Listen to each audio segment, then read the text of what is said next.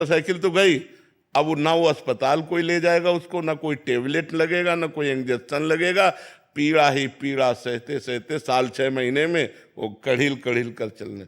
क्या योनियों को कष्ट है। मर जी, ये हमें समझ क्यों नहीं आता? हम देख रहे हैं दुख को, हम ये जान रहे हैं, गुरुजन कह रहे हैं कि मनुष्य जीवन इतना इतना ये कठिनता से मिलता है। 3 गुण जो माया के है ना, ये त्रिगुणात्मिका माया, सतोगुण रजोगुण तमोगुण, ये ऐसे प्रवाह हैं कि अभी आपको जैसे हमारे सामने बैठे हो तो सतोगुण है, सात्विक वातावरण, तो आपको बात समझ में आ रही यार जीवन का लक्ष्य भगवान की प्राप्ति हो। जहां बाहर हटे रजोगुण तमोगुण का फोकस आया तो स्त्री अच्छी लगेगी, धन अच्छा लगेगा, पुरुष अच्छा लगेगा, पद अच्छा लगेगा, ये सब अच्छा लगने लगेगा और यही सत्य लगेगा संसार में। नहीं तो जैसे सोचो मरोगे तो तुम्हारा शरीर छूटेगा, सब छूट जाएगा। क्या ये बात आप सब लोग नहीं जानते हो? सब लोग जानते हो। फिर पाप क्यों करते हो? फिर कामनाएं क्यों करते हो? फिर प्रपंच क्यों पाल रहे हो?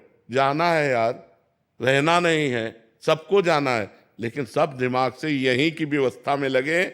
वहां की व्यवस्था कोई नहीं कर रहा है, कोई बिरला वहां की व्यवस्था सोच रहा होगा। नहीं, अगर हम जब तप भी कर रहे तो ये कह रहे हमारा लड़का बहू अच्छा रहे, हमारा बेटी दामाद अच्छा रहे, हमारी ये कामना पूर्ण हो जाए, हमारा वो काम पूरा हो जाए, बस इसी में हम लगे हुए हैं। और यहाँ का कभी मर जी, देखी जाएगी जो होगा, कल किसने देखा, आज भोग लो। आज तो जब देखने को मिलता है तब देखने लायक नहीं रहते। कर्मों का फल बड़ा विचित्र है, इसलिए डरो, पाप कर्म मत करो, भगवान का नाम जप करो।